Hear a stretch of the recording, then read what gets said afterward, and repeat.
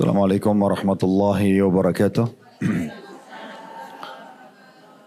Alhamdulillah, tidak pernah berhenti lisan kita selalu memuji dan memuja Allah. Dan tentunya kalau kita ingin menghitung-hitung nikmat Allah, kita tidak akan mampu menghitungnya. Karena dari semenjak kita lahir sampai detik ini, di mana kita bisa menghadiri kajian ini, semua makanan, minuman, pakaian, air, udara dan apapun yang membuat roda kehidupan bisa berjalan, semua sudah dipenuhi oleh Allah Subhanahu wa taala. Dan sampai sebelum ajal datang nanti pasti rezeki Allah akan tersempurnakan. Oleh karena itu Allah Subhanahu wa taala mengizinkan kita menikmati dan juga mensyukurinya. Dan kita harus banyak berterima kasih kepada Allah Subhanahu wa taala karena Allah mudahkan. Bersyukur itu dengan dua susunan kata ini, alhamdulillah. Termasuk kita sudah menyelesaikan juga bulan Ramadan kemarin. Semoga Allah terima seluruh amal-amal saleh yang sudah kita kerjakan, yang sedang kita kerjakan, yang akan kita kerjakan juga sampai menjelang ajal nanti dengan pahala yang sempurna. Dan semoga juga semua dosa-dosa kita dimaafkan oleh Allah Subhanahu wa taala. Dan semoga Allah juga menyatukan kita semua di surga Firdausnya kelak tanpa hisab. Mari disatukan dalam majlis ilmu kita ini. Allahumma amin. Selanjutnya kita panjatkan salam hormat kita kepada utusan Allah Nabi besar Muhammad sallallahu alaihi wa alihi wa sahbihi wasallam, sebagaimana Allah telah perintahkan kita untuk mengucapkan salam hormat kepada beliau. Seperti biasa, Bapak Ibu sekalian, bila Allah Subhanahu wa taala mudahkan, kita akan melanjutkan bedah buku kita berhubungan dengan masalah sabar, yaitu keutamaan dan buah manis sabar, disertai faktor-faktor pendorong dan perusaknya dan contoh figur para penyabar.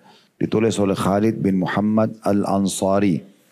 Dan kita masih di rangkaian kisah-kisah sabar. Kisah-kisah orang-orang yang sudah sabar dalam kehidupan mereka.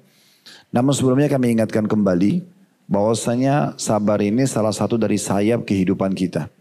Di muka bumi ini kalau kita ingin selamat, semuanya berjalan dengan baik, kita harus punya dua sayap, tanda kutip ini sayapnya ya, saya cuma memberikan contoh. Yaitu sayap yang pertama bersyukur terhadap nikmat yang sudah ada atau sedang kita nikmati. Dan yang kedua bersabar terhadap ujian yang ada. Dua hal ini tidak bisa dipisahkan. Sebagaimana kita merasakan nikmat, kita juga akan merasakan ujian. Itu sudah satu peraturan yang Allah SWT tentukan. Tidak mungkin seseorang di muka bumi ini, walaupun dia jaga misalnya makanannya semuanya, makanan yang bernutrisi dan bagus, ya sehat, berkualitas. Begitu juga dia istirahat cukup, misalnya dia olahraga cukup, kemudian dia tidak sakit. Pasti dia akan sakit satu waktu. Walaupun sakitnya itu mungkin tergantung kadar berat atau ringannya itu ya. Tapi orang akan sakit. Sebagaimana juga orang berusaha untuk menjaga kesehatannya, kualitas makanan, lingkungan dia udaranya asri. Tetap kalau masa tua datang akan datang. Sebab tua dan muda berpasang-pasangan. Sebagaimana tadi juga sakit dan sehat. Sebagaimana juga kita lapar, kita akan kenyang. Sebagaimana juga ada laki-laki, ada perempuan. Semuanya berpasang-pasangan. Nah begitu juga ada dunia, ada akhirat, ada hidup, ada mati, ada nanti akhirat, surga dan neraka. Nah di muka bumi ini juga ada begitu. Ada nikmat yang kita syukuri, ada cobaan yang kita bersabar. Dan ini tidak bisa dipisahkan satu sama yang lainnya. Walaupun kemahamurahan Allah Subhanahu wa taala, Allah menjadikan nikmat lebih banyak daripada ujian. Sebagai contoh misalnya kita bisa kembali mereview kembali, kita mengingat kembali rentetan umur kita semuanya. Misalnya hadir sini 30 sampai 60 tahun misalnya range umurnya. Misalnya kita review, kita kembali mengingat selama puluhan tahun kita hidup ini, mana lebih banyak nikmat atau ujian? Pasti kita akan temukan nikmat. Sebagai contoh misalnya, kadang-kadang dalam selama setahun kita nggak pernah sakit. Tapi tahun depannya Allah uji kita dengan flu atau demam sepekan. Jadi tidak berimbang sebenarnya antara kuantitas secara jumlah antara nikmat dan juga ujian. Tapi ujian ini pasti akan datang sebagai bentuk ujian dari Allah Subhanahu wa taala untuk iman kita. Kita terima enggak sih? Ya, kita terima enggak gitu ya? Dan ujian ini banyak sekali manfaat-manfaatnya. Yang pertama, dengan adanya ujian kita lebih mengetahui tentang besarnya nikmat itu. Contoh dengan sakit kita jadi tahu nilainya kesehatan. Dengan lapar kita tahu nilainya itu kenyang dan tahu nilainya makanan tersebut. Dengan capek kita tahu nilainya istirahat itu. Ini sudah pernah kami kasih contoh dan kami ingatkan kembali. Kalau Bapak Ibu sudah kenyang, misalnya kita sudah makan sepiring, dua piring udah kenyang banget itu. Kemudian setelah itu ditawarkan lagi makan makanan terenak di muka bumi ini. Kira-kira kita masih mau makan? Tapi kalau kita, tentu jawabannya sudah jelas tidak ya. Tapi kalau kita misalnya dalam kondisi lapar, cuma dihidangkan saja misalnya nasi, sambal, tempe, itu udah enak banget ya. Karena lapar. Lapar itu mendatangkan perasaan nikmat terhadap makanan yang sedang kita makan. Kita juga kalau dari pagi, tidur terus misalnya. Pagi tidur, siang tidur, sore tidur, malam kita disuruh tidur lagi kita nggak bisa tidur. Tapi kalau dari pagi kita beraktivitas, kayak sekarang kita aktivitas pagi, siang, sore, malam dalam kondisi letih, kita tidur biar cuma 2-3 jam rasanya nyaman sekali. Berarti capek itu adalah cara yang terbaik untuk merasakan nikmatnya istirahat. Nah, seperti itulah. Kita kalau lagi tidak haus, dan ditawarkan minum, kita mesti cari opsinya. Apa ya? Ibu dan bapak mau minum apa kalau kita lagi bertamu di rumah orang misalnya. Kita masih berpikir minum apa ya, hangat atau dingin gitu ya. Tapi kalau kita lagi haus, kita rasakan dahaganya seperti kemarin kita puasa Ramadan atau mungkin ada yang hadir masih melanjutkan puasa Syawalnya misalnya. Maka dahaga ini akan membuat kita merasakan nikmatnya minum itu. Di saat kita buka puasa haus kita akan minta, khusus kita minta air dingin dan kita rasakan nikmatnya setiap tegukan dari air dingin tersebut. Nah ini semua sebenarnya tujuannya diantara tujuan ujian tersebut untuk merasakan besarnya nikmat yang ada gitu ya. Dari sisi lain ini juga akan menjadi pembersihan terhadap dosa-dosa Bapak Ibu sekalian. Semua ujian sekecil sampai sebesar apapun adalah pembersihan dosa. Sebagaimana hadis riwayat Muslim yang pernah kita sampaikan.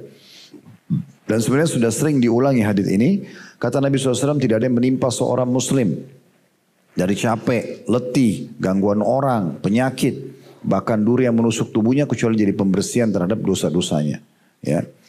Dan pernah ada seorang wanita, dia lagi demam, lalu Nabi SAW lihat dia lagi demam. Nabi mengatakan, kenapa kamu? Dia bilang, demam ya Rasulullah, semoga Allah tidak berkahi demam ini.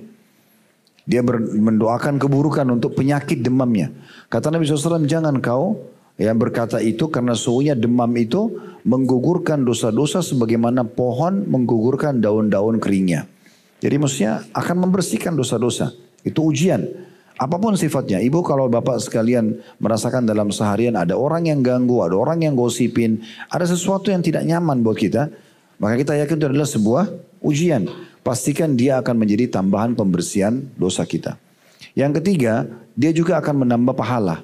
Ada pahala-pahala Bapak Ibu sekalian atau ada derajat-derajat di surga nggak bisa didapat kecuali dengan ujian.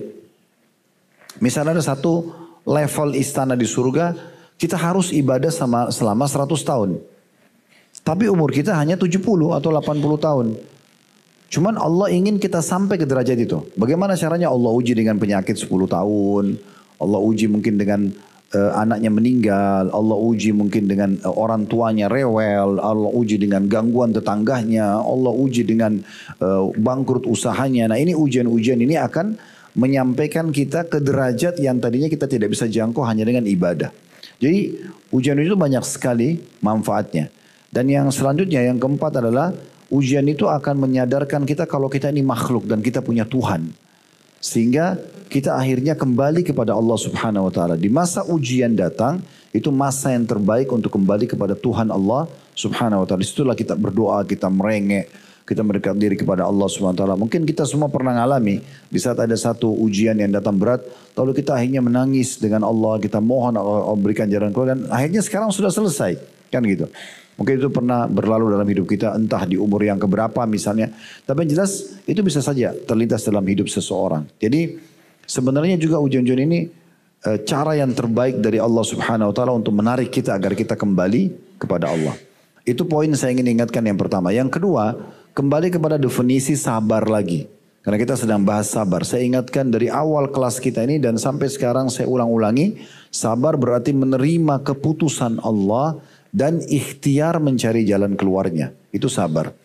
Kita kalau bangun pagi hari sakit, maka kita tahu sekarang. Tadinya kita tidur malam nggak flu, nggak demam, nggak meriang, sehat-sehat saja. Begitu bangun menjelang subuh atau pas sholat subuh, tiba-tiba flu. Hidungnya kesumbat misalnya, meriang, merasa demam. Ujian datang. Di saat itu kita bersabar. Artinya kita terima dulu sebagai ujian dari Allah. Oh Allah lagi uji saya. Tidak usah berkeluh kesah. Karena berkeluh kesah tidak mendatangkan solusinya. Oh Allah lagi uji saya. Kemudian kita ikhtiar mencari jalan keluarnya. Maksudnya di sini ikhtiar adalah Kita minum obat, kita minum teh hangat, apalah istirahat yang cukup. Nah itu semua ikhtiarnya. Jadi tidak masuk dalam sabar, kalau ujian datang udahlah duduk manis saja, kita nggak usah ikhtiar apa-apa. Nah itu tidak benar. Orang kalau utang, kita pemilik piutang nih, kita utangin orang. Ternyata tiba masa waktunya harus ditagih. Jangan ibu bilang, ya sudah saya nggak usah lagi, kalau dia mau bayar dia bayar aja. Enggak, ibu tagih. Karena itu ingatkan saudara kita tentang kelalaian dia, jangan dia lalai. Kalau dia tidak mau bayar atau belum mau bayar, berarti ujian datang. Dari sini kita bersabar.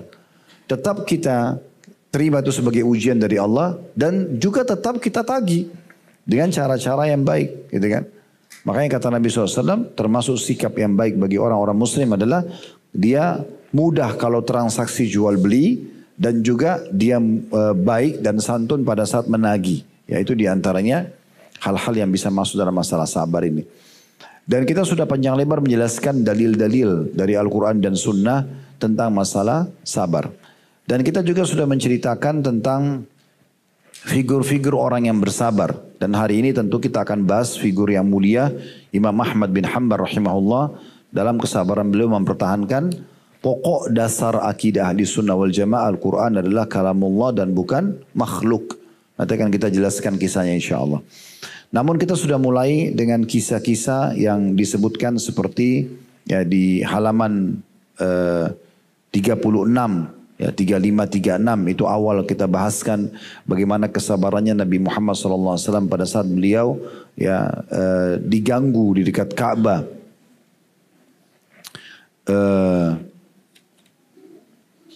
Pada saat leher beliau dicekik ya oleh seorang kafir Quraisy bernama Uqbah bin Abi Mu'aid. Dan pada saat itu Nabi SAW bersabar. Ya.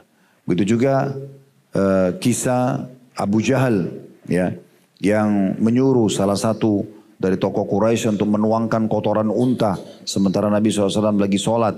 Dan beliau bersabar dengan itu. Itu juga sudah kita sampaikan.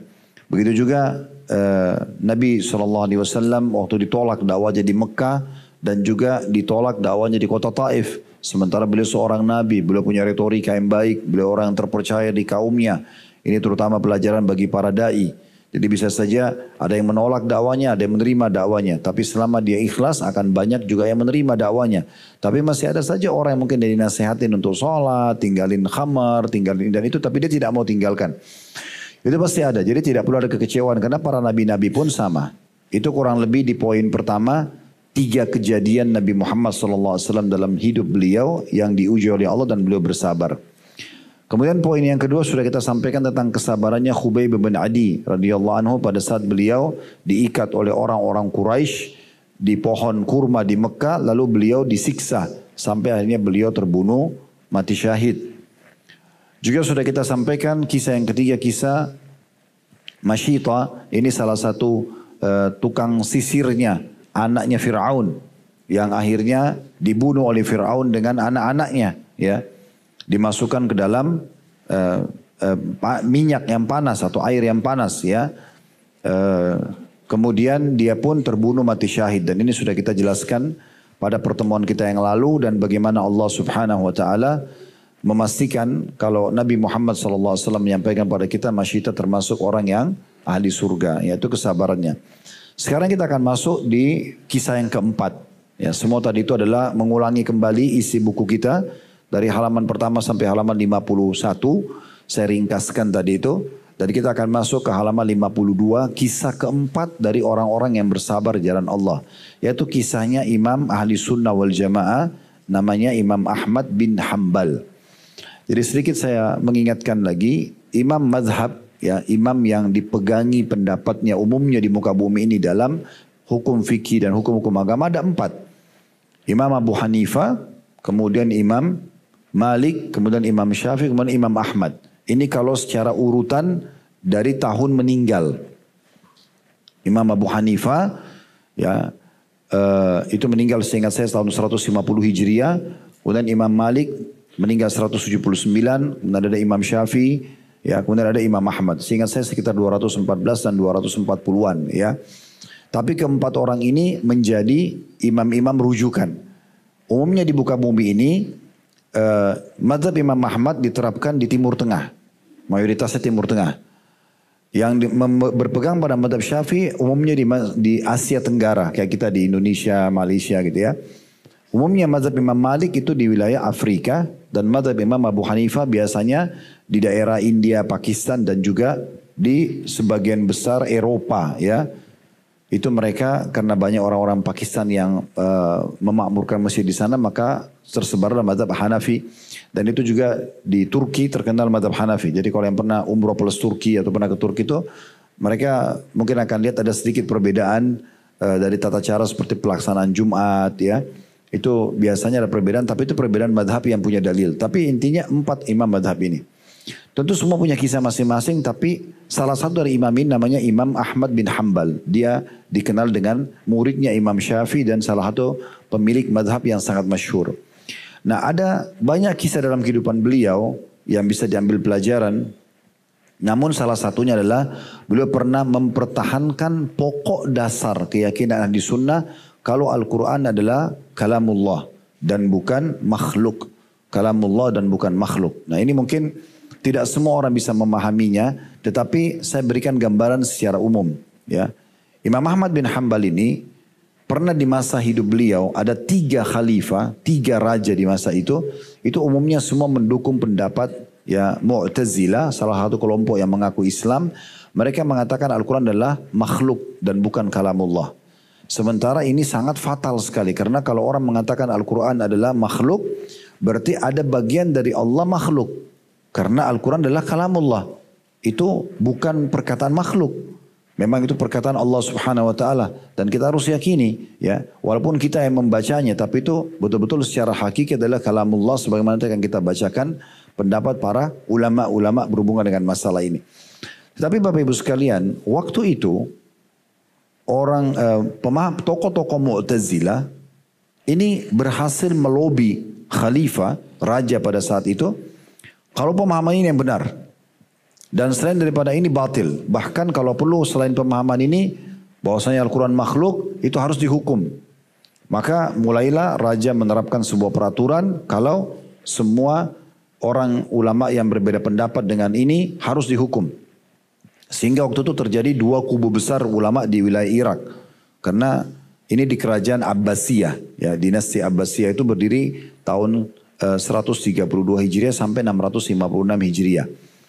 Nah, ini terjadi di pertengahannya kurang lebih. Akhirnya pada saat itu ulama terjadi bagi 2. Ada yang mendukung ini tapi terpaksa. Karena kalau tidak bisa dibunuh, bisa dipenjara. Ya. Maka mereka pun akhirnya mengikuti.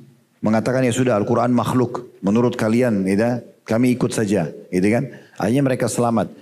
Tapi ada juga kubu yang lain ulama tidak setuju dengan ini. Nah, di antara yang tidak setuju Imam Ahmad. Dan karena beliau tidak setuju dengan pendapat ini, akhirnya beliau sempat dipenjarakan, beliau sempat dihukum, dicambuk sampai pingsan beberapa kali, dipenjara sekian tahun. Tapi beliau tetap kokoh dengan kesabarannya, tetap dia kokoh berpegang pada pendapat itu. Beliau tidak mau mengalihkannya. Karena kapan seseorang mengatakan Quran itu makhluk, berarti ada bagian dari Allah yang dianggap makhluk. Ya, sementara Quran itu adalah kalamullah. Ini gambaran umumnya. Baik, saya bacakan dulu apa yang ditulis oleh penulis berhubungan dengan masalah kisah Imam Ahmad rahimahullah. Di halaman 52, di poin nomor 4, kesabaran Imam Ahli Sunnah wal Jamaah. Beliau adalah Imam Ahmad bin Hanbal, Imam Ahli Sunnah wal Jamaah yang menjadi contoh indah yang sering dijadikan perumpamaan dalam kesabaran di atas kebenaran. Sungguh beliau dianugerahi kesabaran dan keyakinan yang dengannya beliau meraih kedudukan sebagai imam di dalam agama ini. Imam maksudnya kayak pemimpin itu ya. Sungguh 3 orang khalifah datang silih berganti memerintah beliau dari belahan timur dan juga barat bumi. Hanya demi sebuah pernyataan tanda kutip Al-Quran itu adalah makhluk. Para penguasa itu didukung oleh sejumlah ulama yang buruk, para penganut ilmu kalam, para hakim, para menteri dan para gubernur yang jumlah mereka tidak diketahui kecuali oleh Allah. Sebagian di antara mereka menguasai beliau dengan memenjarakan Imam Ahmad ini. Sebagian lainnya dengan mengancam beliau. Sebagian lagi dengan ancaman akan membunuh beliau. Dan juga kengerian lainnya, bahkan ada yang merayu beliau dengan kedudukan dan harta benda. Dan yang lainnya mengancam akan mengusir dan mengekstradisi beliau dari negara beliau sendiri. Beliau dimasukkan ke dalam penjara dan ditimpakan suatu ujian yang tidak pernah dilihat ada ujian yang sebanding dengannya. Beliau dicambuk dengan cemeti hingga jatuh pingsan. Ketika beliau siuman pada suatu hari, beliau melaksanakan sholat duhur sementara darah mengalir di baju beliau. Maka ditanyakan kepada beliau tentang hal itu. Maka beliau mengatakan, sungguh Umar bin Khattab telah melakukan sholat dalam keadaan darah beliau mengalir di bajunya. Ya, Imam Ahmad ini sampai di penjara, sampai dicambuk berulang-ulang. Dan kita tahu di penjara tidak ada kesempatan mandi, makanannya pun pas-pasan. Hanya majelis ilmu beliau berhenti gitu ya. Dan luar biasa ujiannya ya. Semua orang bisa menghina beliau, tapi beliau tetap kokoh. Mengatakan tidak bisa. Al-Quran bukan makhluk. Al-Quran adalah kalamullah. Gak bisa diubah-ubah. Yang gak bisa dialihkan. Baik secara makna, huruf dan seterusnya. Itu semua dianggap adalah ya kalamullah. Lebih dari itu, kedua tangannya dibelenggu dengan besi dan beliau juga bersabar menghadapi rasa lapar dan juga dahaga. Karena siksaan demi siksaan datang kepada beliau. Semua itu demi mempertahankan prinsip dan manhaj atau jalan hidup beliau. Dan di dalam peristiwa tersebut penduduk bumi membiarkan beliau. Maksudnya tidak ada yang bisa membantunya.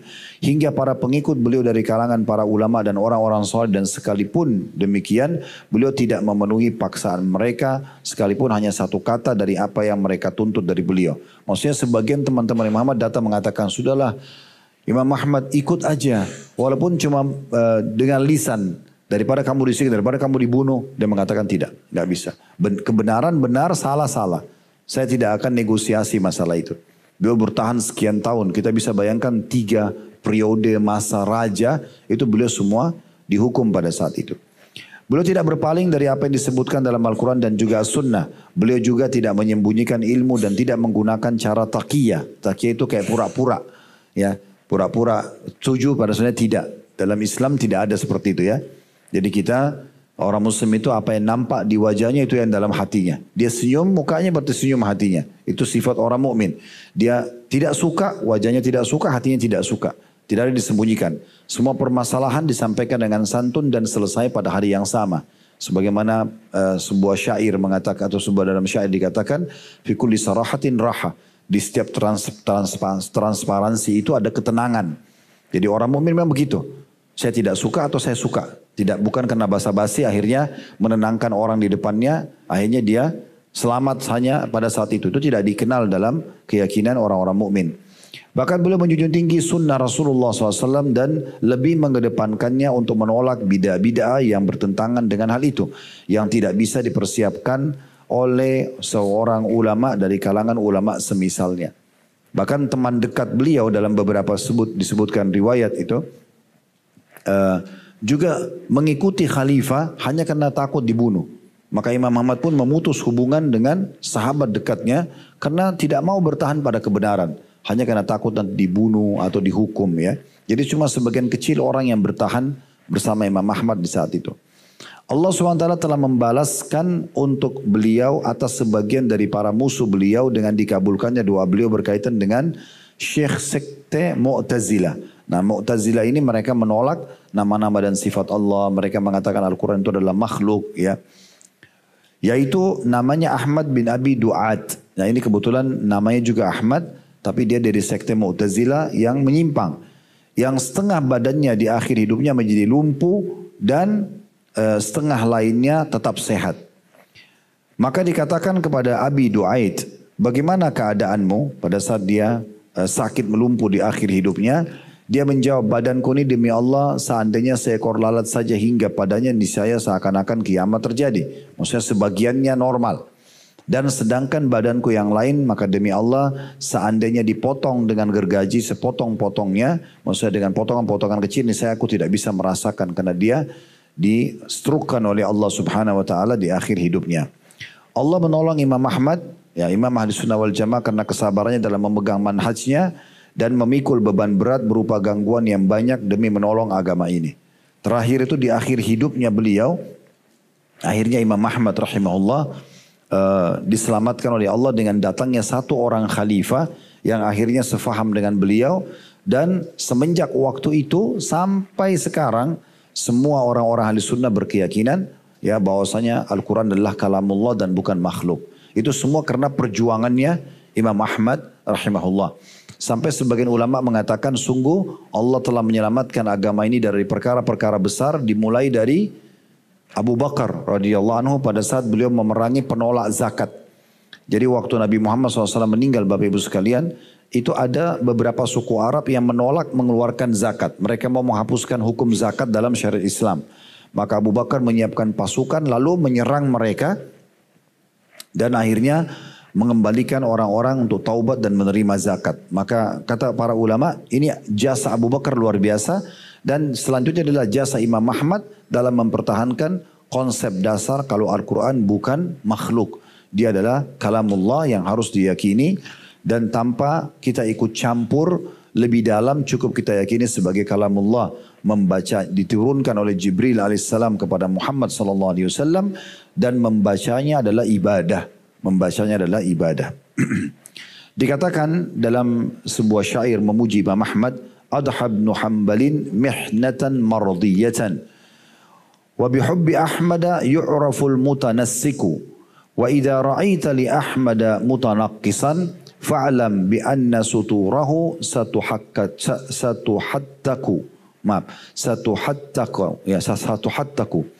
Ibnu Hanbal mengalami ujian yang diridhoi dan dengan cinta Ahmad seorang ahli ibadah bisa diketahui. Maksudnya dengan mempelajari sejarah Imam Ahmad kita jadi tahu bagaimana sebenarnya kedudukan orang-orang soleh dan bagaimana kita mencintai mereka. Apabila kamu melihat pihak yang mencela Ahmad, maka ketahuilah bahwa tirai kedoknya akan robek terbongkar. Jadi ini akhir daripada kisah orang-orang soleh dari poin atau lembaran ke-5 kita yang lalu. Nanti kita akan masuk insya Allah ke faktor-faktor yang bisa merusak kesabaran. Namun sebelumnya izinkan saya, Bapak Ibu sekalian, Bapak-Bapak tentunya yang ada online ya, ataupun yang hadir di sini sebagian, ada perkataan yang perlu kita fahami. Ibnu Taimiyah rahimahullah berkata tentang masalah Al-Quran, kalamullah dan bukan makhluk. Beliau mengatakan termasuk beriman kepada Allah dan kepada kitab-kitab Allah ialah beriman kepada Al-Quran, kalamullah yang diturunkan dan bukan makhluk. Dari Allah Al-Quran bermula dan kepadanya juga akan kembali.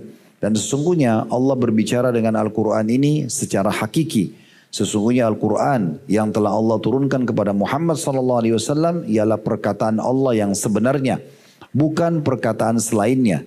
Tidak boleh melepaskan kata-kata bahwa Al-Quran adalah hikayat dari kalam Allah atau ungkapan tentang kalam Allah. Bahkan apabila manusia membacanya atau menuliskannya dalam mushaf-mushaf atau lembaran-lembaran, Al-Quran tetap tidak keluar dengan demikian dari keadaannya sebagai kalamullah yang sebenarnya. Sesungguhnya suatu perkataan hanya akan disandarkan secara hakiki kepada yang sejak semula mengatakannya dan tidak disandarkan kepada orang yang mengatakannya sebagai penyampai. Al-Quran adalah kalamullah baik huruf-hurufnya maupun makna-maknanya. Kalam Allah bukan hanya huruf-huruf saja tanpa makna dan bukan pula makna tanpa huruf. Artinya semua kita yakini adalah dari Allah subhanahu wa ta'ala. Baik, kita akan masuk sekarang ke lembaran ke-6. Itu tadi penyempurnaan dari sisa bab kita yang sebelumnya. Pasal lembaran ke-5 tentang kisah orang-orang saleh.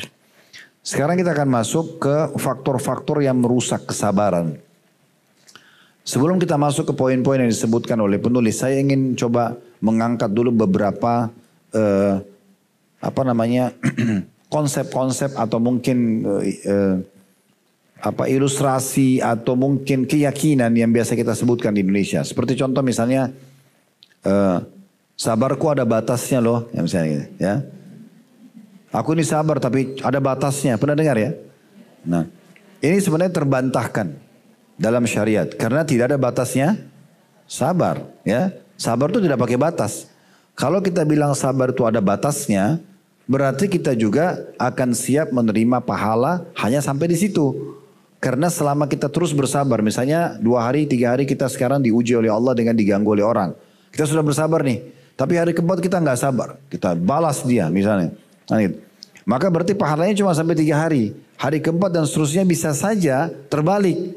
Tadinya orang yang menyerang kita itu berdosa, sekarang kita juga berdosa bersama dia.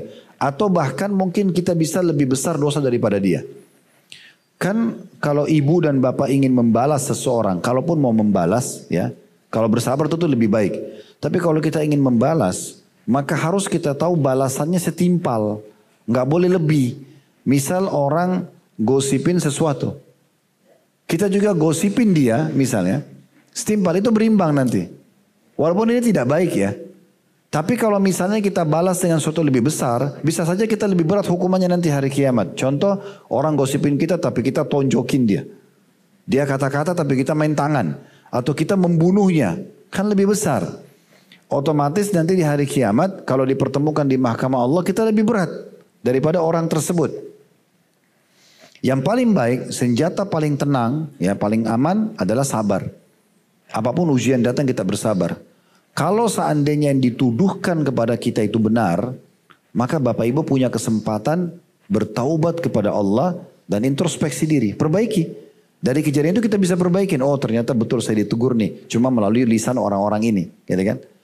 Kalau kita tidak melakukannya dan itu fitnah, saya jamin Bapak Ibu sekalian agar kalau Anda bersabar Allah akan kasih jalan keluar. Allah akan tolong Anda dan Allah bela Anda dengan caranya. Dan kalau cara Allah sudah datang itu tidak masuk di akal kita. Ada orang yang bela kita, ada orang yang luruskan, orang yang jahat itu terbongkar kedoknya, dia dicelakakan oleh Allah. Banyak cara. Tapi kita bersabar. Selama kita tidak melakukannya. Jadi sebenarnya sabar gak ada ruginya. Kalau itu benar yang dituduhkan, kita kesempatan introspeksi diri. Kita jadi perbaikin diri kita. Dan kita cukup beristighfar kepada Allah. Tidak usah terlalu banyak klarifikasi begini segala macam. Udah. Oh ya saya salah. Kalau itu adalah perbuatan kita beristighfar kepada Allah. Kalau itu hak orang kita kembalikan. Kita perbaikin. Nanti jadi baik sendiri tuh. Allah punya cara memberikan. Kita sudah perbaikin asal permasalahannya. Gitu kan. Daripada orang buat salah. Dia terus membela dirinya. Enggak kok sana klarifikasi. Sini klarifikasi. Sini minta. Sini bela diri. Padahal dia salah jelas. Ini tidak akan ada selesainya. Bahkan akan makin memperkeruh permasalahan. Karena bisa saja pembelaan-pembelaan terhadap dirinya itu mendatangkan permasalahan baru dalam hidupnya. Allah bisa datangkan seperti itu. Oleh karena itu kita tidak usah terlalu banyak membela diri, apalagi salah. Jadi kan bahan introspeksi diri. Kalau kita benar, tidak membela diri pun, Allah punya cara membelanya. Ini coba dijadikan sebagai sebuah teori sederhana Bapak Ibu sekalian. Tapi ini solusi yang luar biasa. Ya. Kita kembali ke pemahaman tadi. Jadi sabar itu tidak benar kalau dikatakan ada batasnya. Tapi sabar memang tidak berbatas. Sebagaimana syukur tidak berbatas. Jangan batasi. Karena kalau kita batasi, maka berarti terbatas juga yang kita harapkan balasan dari Allah Subhanahu Wa Taala. Syukuri semua nikmat. Mau dari tarikan oksigen, hembusan nafasnya, setelah itu pembakaran dari tubuh kita. Mau kita seteguk air, mau kita bisa... Mata kita masih bisa melihat, telinga mendengar. Hal-hal yang mungkin sudah setiap hari kita nikmati nikmat Allah itu. Kita syukuri. Mungkin juga sesendok makanan, seteguk air dan seterusnya. Semua kita syukuri. Dan tidak ada batasnya. Sampai hal yang besar. Karena kalau kita bilang ada batasnya. Bapak Ibu sekalian syukur itu. Nanti Bapak Ibu hanya mau syukuri yang Bapak Ibu anggap nikmat. Ya. Misalnya contoh. Target Bapak Ibu rumahnya harus di Gandaria. Misal. Dan rumahnya harus 500 meter. Baru ibu bapak menganggap itu nikmat. Sehingga kalau Allah kasih rumah. Mungkin selain di lokasi ini. Luasnya pun cuma 120. Oh keluh kesah terus. Rumahku itu kecil, rumahku jauh, rumahku macet, masih dalam gang. Padahal sebenarnya bukan itu kuncinya untuk pindah ke Gandaria. Alhamdulillah dulu di sini. Dapat yang itu. Kan syukuri dulu kan gitu. Nah itu poin yang luput kadang-kadang dari sebagian orang. Jadi harusnya kita mensyukuri semua nikmat. Ya, sebagian ulama bahkan mengatakan kalau mau lebih cepat mendapatkan balasan tambahan adalah besarkan nikmat di depan mata kita walaupun itu kecil. Kayak tadi contohnya seteguk air, sesuap makanan, selembar pakaian. Kita coba lihat bagi Bapak Ibu yang masih bersama dengan pasangannya, ada anak-anak, masih sehat badannya, itu semua besarkan nikmat itu. Alhamdulillah, alhamdulillah. Nanti yang lain akan datang. Karena Allah bilang dalam surah Ibrahim, la in syakartum la azidannakum. Kalau kalian syukur saya akan tambah. Tapi kalau kita selalu keluh kesah di sini, bagaimana pindah ke nikmat yang lebih besar? Susah. Kita seperti kerja di satu perusahaan, mau naik jabatan. Tapi kita nggak pernah berbuat untuk jabatan itu. Nggak pernah kita berbuat. Yang kita ada cuma keluh kesah, pekerjaan saya, jelekin perusahaan atau apa saja. Jadi tambah nggak dapat gitu ya. Tambah nggak dapat gitu. Nah ini poinnya. Juga sisi lain Bapak Ibu sekalian. Kalau Anda ingin mendapatkan sesuatu yang besar dari Allah. Saya kasih contoh rasional kalau Anda di perusahaan. Kalau Anda sudah mengajukan satu proposal. Keinginan untuk dinaikkan gaji, dapat fasilitas jabatan. Setelah kita ajukan nih ke dirutnya. Kira-kira apa yang kita lakukan? Ugal-ugalan kah di kantor? Datang asal-asalan atau tidak menyelesaikan pekerjaan? Atau justru tunjukkan prestasi? Yang mana? Nah, bagaimana Bapak Ibu berdoa, ya Allah berikan saya keselamatan atau lunasi saya. Tapi sholatnya masih terbengkalai atau masih buka aurat atau masih buka pintu dosa. Gimana bisa diijabah nih? Kan tidak mungkin gitu. Harusnya kita makin giat menunjukkan itu. Nah ini poin-poin prinsip dasar yang harus kita perbaikin. Perbaikin persepsi kita dulu. Maka semua akan berjalan dengan baik. Jadi sabar sekali lagi tidak ada batasnya. Sebagaimana syukur tidak ada batasnya. Terus bersyukur dan terus bersabar. Apalagi ujian untuk bersabar ini jauh lebih kecil dibandingkan nikmat. Kan gitu saya bilang tadi, kalau kita introspeksi diri kita 30, 40, 50 tahun ke belakang kita mundur misalnya. Kita akan temukan secara persentase 100% misalnya. Mungkin 90% nikmat, 10% ujian. Ya. Maka kenapa kita nggak bisa terima ini dengan bersabar? Sementara Allah sudah menyebutkan kalau ibu dan bapak kembali lagi ke awal buku kita ini ya. Di awal buku kita ini terlalu banyak dalil-dalil yang diangkat oleh penulis dari Al-Quran tentang masalah pahala sabar. Ya. Pahala sabar itu luar biasa, tidak bisa digambarkan seperti apa. Karena memang Allah menyebutkan dalam Al-Quran innama yuwaffas sabiruna ajrahum bighairi hisab.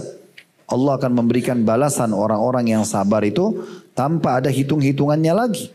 Tanpa ada hitung-hitungan, jadi tidak ada lagi batasannya gitu ya. Jadi makanya sabar itu luar biasa kalau orang menjadikannya sebagai pegangan dia.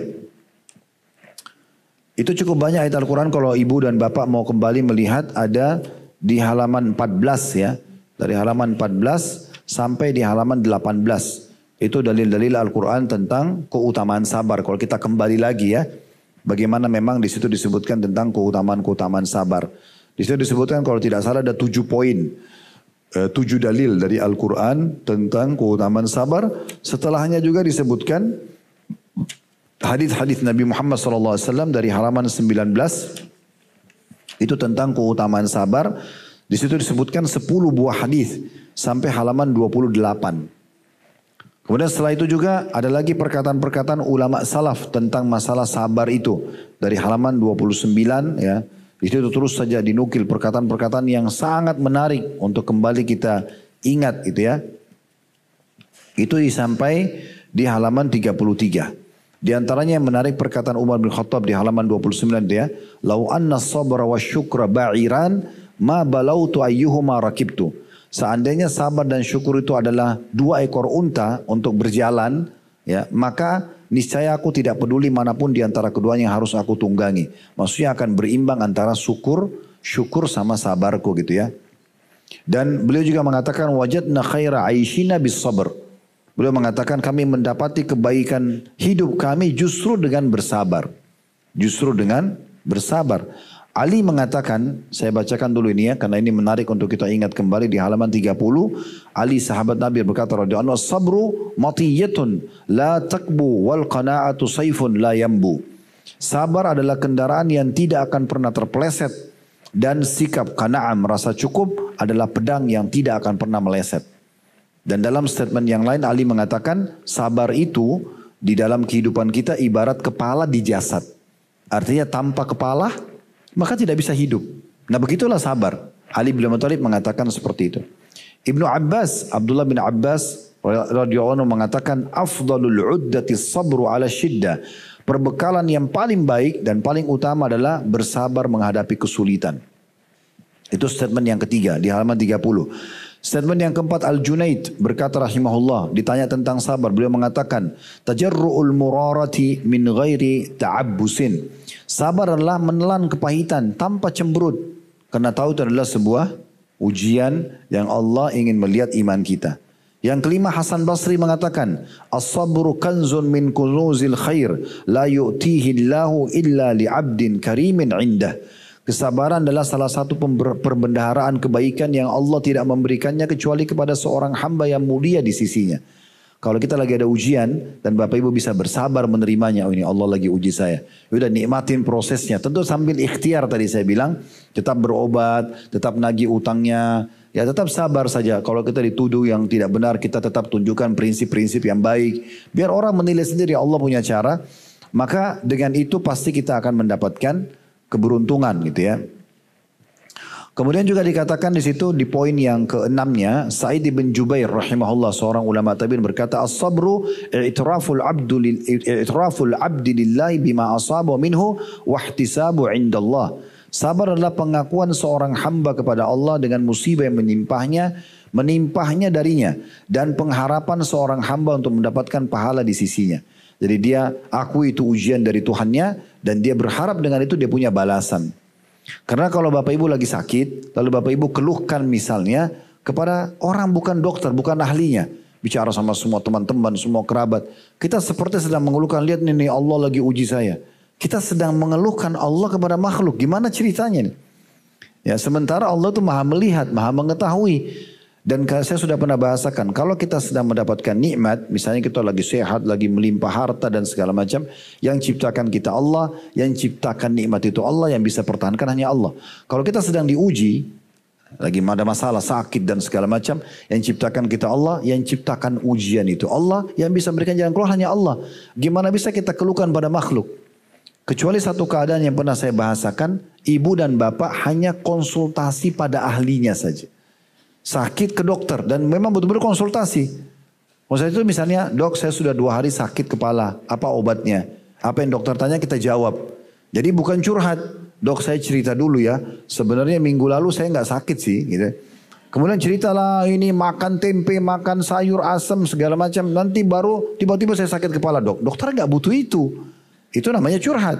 Konsultasi itu saya sudah pusing sakit kepala 2 hari apa obatnya dok? Dokter tanya apa kita jawab. Itu konsultasi sama ustadz atau ustazah. Suami saya ucapin kalimat tolak dalam kondisi emosi jatuh nggak? Itu saja hukumnya. Gak usah bilang ustadz saya cerita dulu ya. Sebenarnya saya sudah 10 tahun nikah nggak pernah suami saya ucapin itu. Tapi tiba-tiba dia ucapin. Ustadznya butuh apa di situ? Nggak ada kebutuhannya. Kebutuhannya adalah masalahmu apa? Sampaikan dijelaskan kan begitu. Suami saya ucapin kalimat tolak dalam kondisi emosi jatuh nggak? Selesai. Saya semalam ketiduran, bangun sudah jam 6 pagi di matahari, masih bisa saya sholat subuh nggak? Selesai. Gak usah cerita tadi malam sebenarnya saya begadang sih, nonton bola atau apa gitu kan. Terus saya juga makan banyak, akhirnya gini-gini saya masuk ke WC. Ini kan nggak dibutuhin gitu ya. Nah kalau konsultasi nggak masalah, diizinkan dalam syariat. Tapi curhat ini Bapak Ibu sekalian hanya kepada Allah. Persepsi kita selama ini salah, kita curhat sama manusia. Ini keliru. Kalau kata ulama yang sedang kita curhati itu orang yang mencintai kita, misalnya kedua orang tua kita, kita sebenarnya menambah beban buat mereka. Ibu, ayah, saya lagi begini, saya lagi begitu. Kan mereka jadi kepikiran. Bahayanya bisa masuk dalam bab durhaka. Sekarang kalau kita ribut rumah tangga, kita lagi ada masalah, cerita sama orang tua kita. Orang tua kita jadi beban pikiran. Bukankah bisa jadi bab durhaka? Kita mengatakan aja nggak boleh sama orang tua, kan gitu. Kalau orang itu kita benci kita, musuh kita, dia jadikan sebagai senjata. Cara yang terbaik konsultasi hanya pada ahlinya, dokter kalau sakit, ustadz atau ustazah kalau hukum agama, curhatnya sama Allah. Wudu, ibu berdiri di mukena, memberikan mukenanya di sejadahnya, sujud, tuangkan semua kepada Allah. Ya Allah, engkau telah mengujiku dengan penyakit, sembuhkan ya Allah. Kalau ini penyebab dosa hamba, maafkan. Kalau ini adalah ujian, berikan hamba balasan yang maksimal.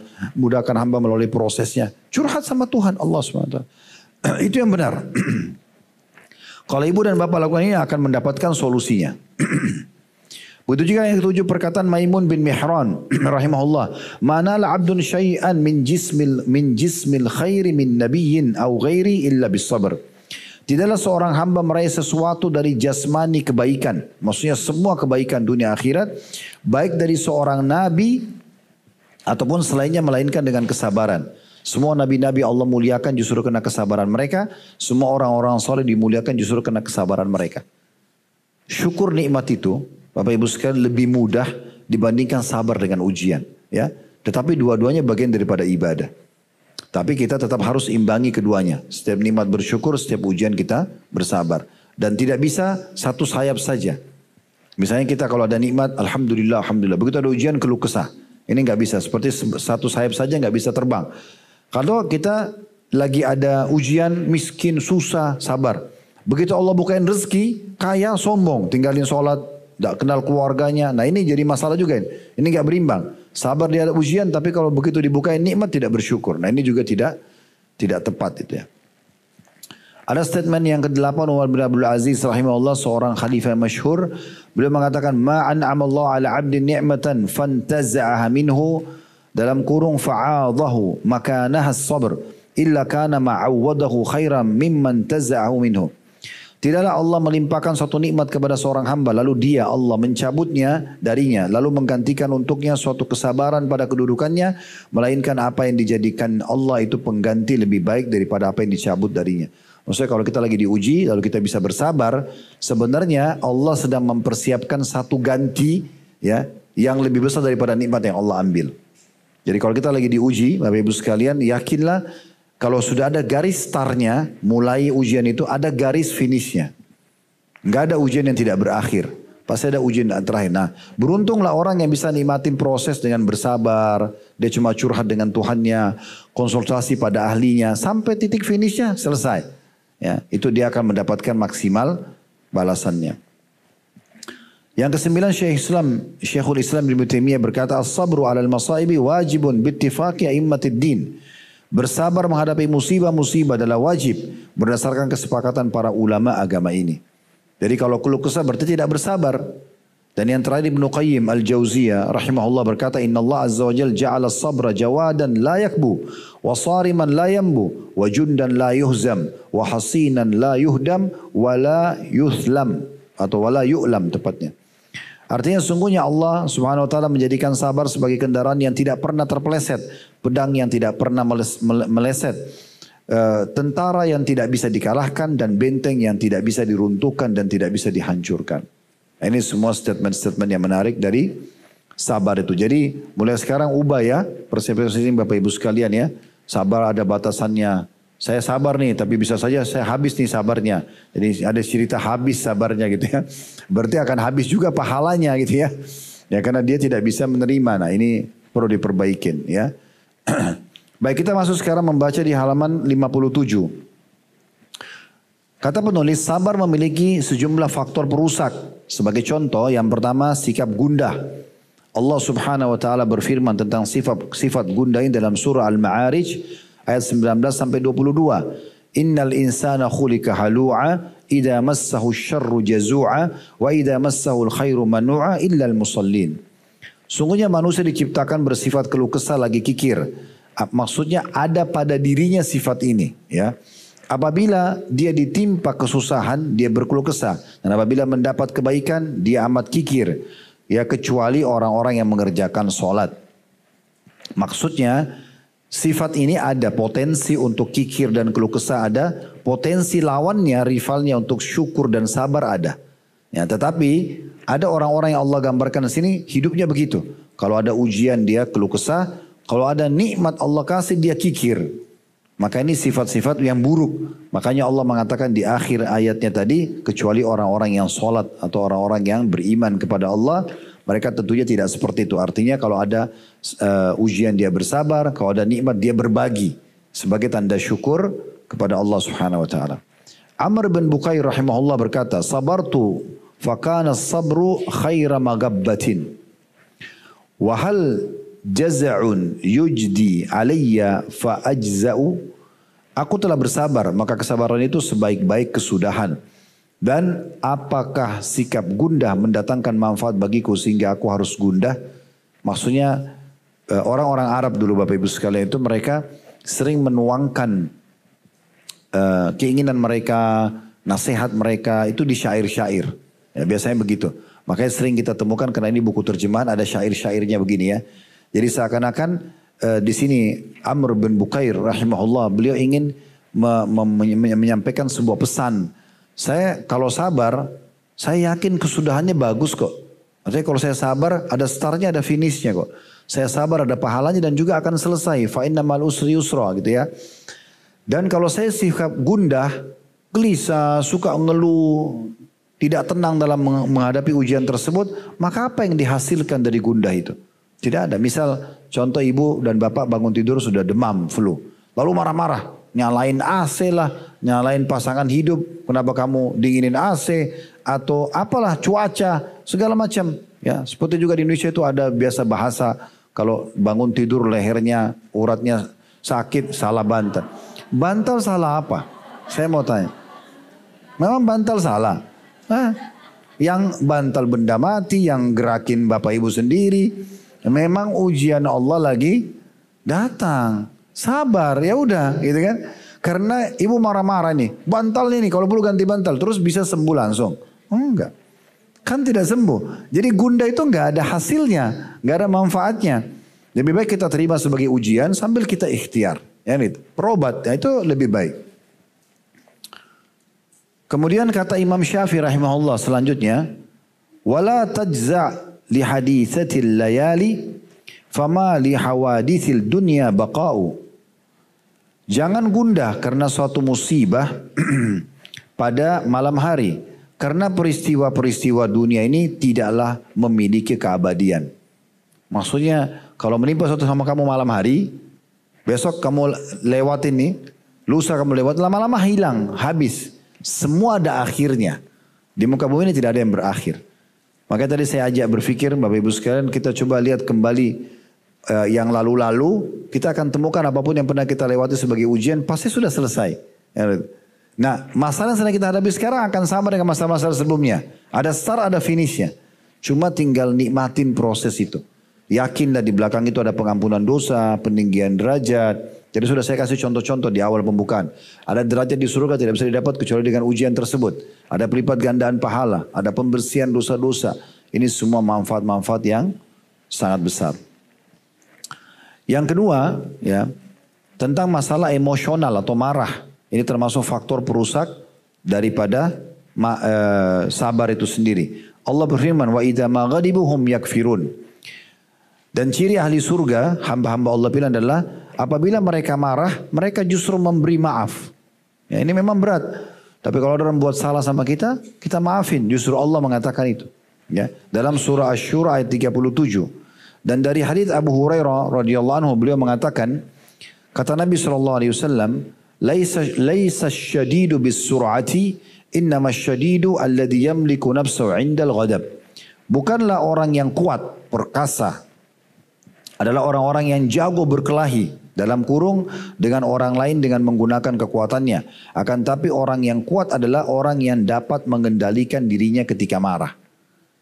Jadi justru orang kalau bisa ngontrol emosi di saat lagi datang ujian, itu orang-orang yang perkasa sebenarnya, itu orang yang kuat.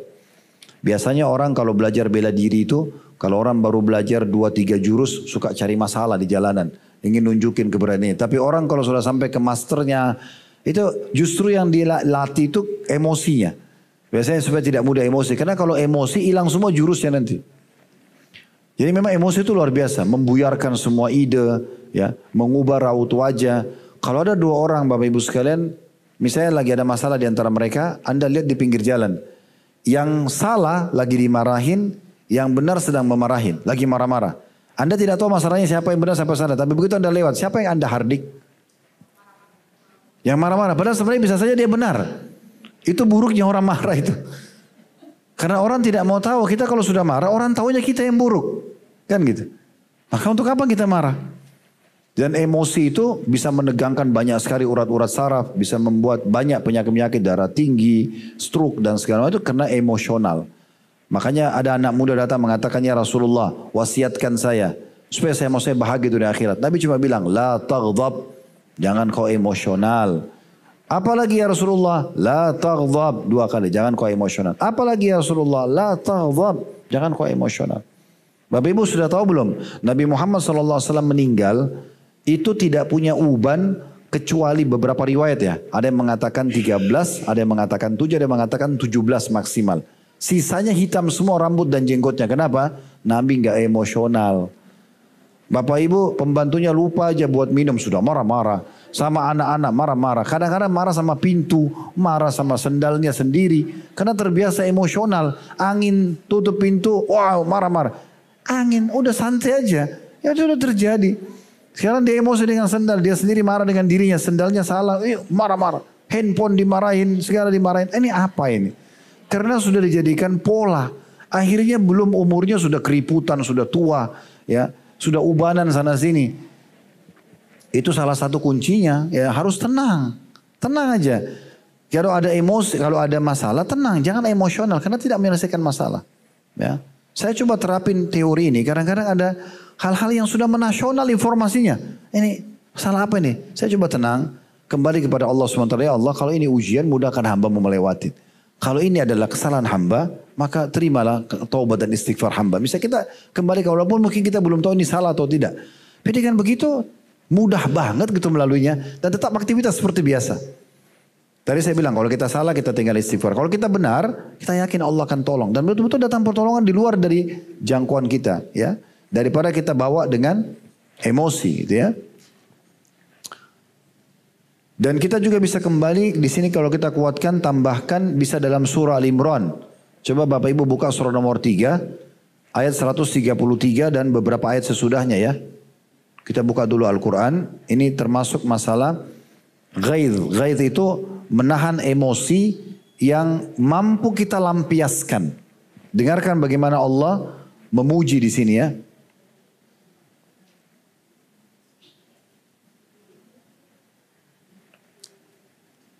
Ayat 133 ya.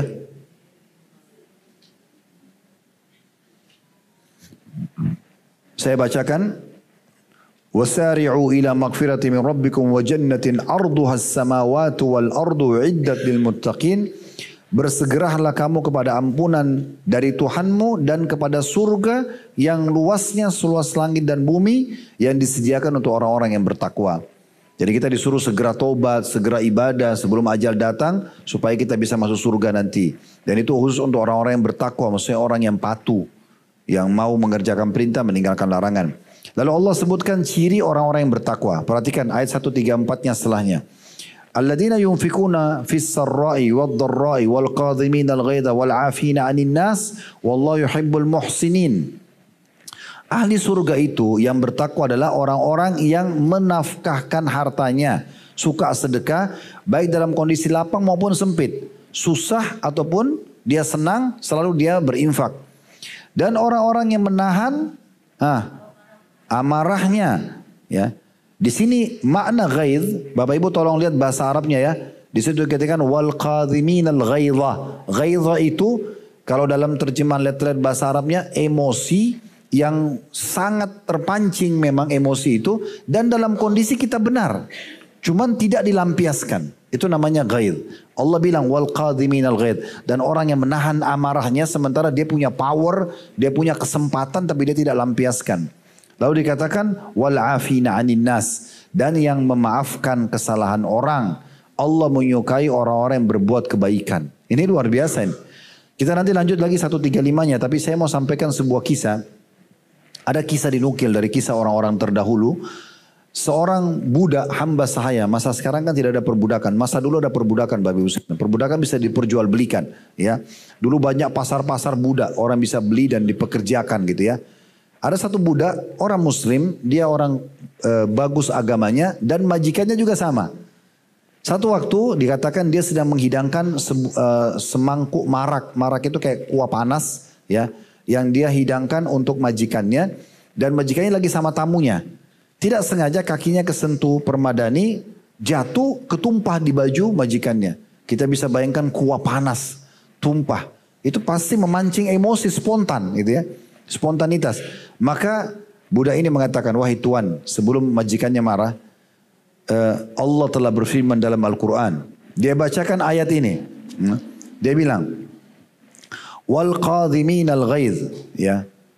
Dan orang-orang yang bisa menahan emosinya di saat dia punya power. Dia bisa lakukan karena majikannya ini orang mukmin, dia tahu, dia mengatakan baik, saya akan tahan emosi saya. Kata budaknya itu, ayatnya belum selesai Tuan. wal afina 'anil nas. Lanjutannya kan? Dan orang yang suka memaafkan orang lain. Kata majikannya, saya sudah maafkan kamu. Kata budaknya, ayatnya belum selesai. Dan wallahu yuhibbul muhsinin. Allah suka orang-orang yang berbuat kebaikan. Kata majikannya, pergilah, kau sudah saya bebaskan. Ya. Tapi begitu cepatnya respon orang-orang beriman karena tahu balasannya, ya, karena tahu balasannya. Itu 3 ciri orang-orang bertakwa yang disebutkan tadi, ya, yaitu orang yang menginfakkan hartanya lagi lapang dan sempit, orang yang bisa menahan emosi walaupun bisa melampiaskan dan suka memaafkan orang lain. Kemudian ciri yang keempat ahli surga di ayat 135-nya. Walladzina idza fa'alu fahishatan aw zalamu anfusahum dzakarullaha fastaghfaru lidzunubihim wa man yaghfiru dzunuba illallah wa lam yusirru ala ma fa'alu wa hum ya'lamun. Dan juga orang-orang yang apabila mengerjakan perbuatan keji atau menganiaya diri mereka sendiri, maksudnya berbuat dosa, mereka ingat akan Allah, ya. Maka mereka memohon ampun terhadap dosa-dosa mereka, dan siapa lagi yang dapat mengampuni dosa selain daripada Allah, dan mereka tidak meneruskan perbuatan kejinya itu sedang mereka mengetahuinya. Artinya orang-orang yang punya peluang buat dosa, zina, bohong, menipu, apalah, terus begitu dia mau buat ada perasaan takut kepada Allah, lalu dia berhenti, dia istighfar kepada Allah, dia tidak lanjutkan, maka itu termasuk ciri ahli surga. 136-nya Allah mengatakan ulaika jazaa'um maghfiratu min rabbihim wa jannatun tajri min tahtiha al-anharu khalidina fiha wa ni'ma ajrul 'amilin. Mereka itu adalah balasannya ampunan dari Tuhan mereka dan surga yang di dalamnya mengalir sungai-sungai sedang mereka kekal di dalamnya, dan itulah sebaik-baik pahala orang-orang yang beramal. Orang yang biasa kalau dipancing emosinya marah. Orang yang luar biasa dipancing emosinya tidak marah. Nah gitu.